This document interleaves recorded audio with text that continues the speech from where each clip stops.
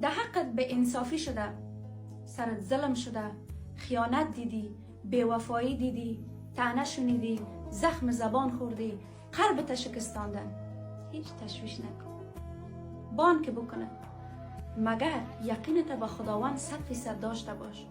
تا که نتیجه اعمال خودت دمی دنیا نبینه، نه نتیجه خیانت میبینه، نه نتیجه قلب شکستاندن قلبش میشکنه، در نتیجه به انصافی در حقش به انصافی میشه، در نتیجه ظلم میبینه، در نتیجه بیوفایی میبینه و در نتیجه قلب شکستاندن قلبش میشکنه. تا این روزا را نبینه، از این دنیا نمیره. دنیا بار مکافات است. چیزی که کشت کردی امو را درو میکنی. هم در این دنیا جزا میبینه و هم در اون دنیا جزا میبینه. پس تو فقط چی کو؟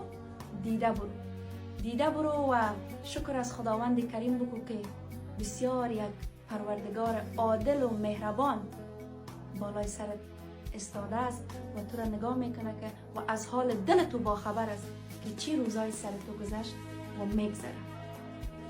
اگر موضوع برنامه برات دلچسب بود، فراموش نکنی که اکانت روزه فالو داشته باشی تا همچون برنامه های جالب و دیدنی را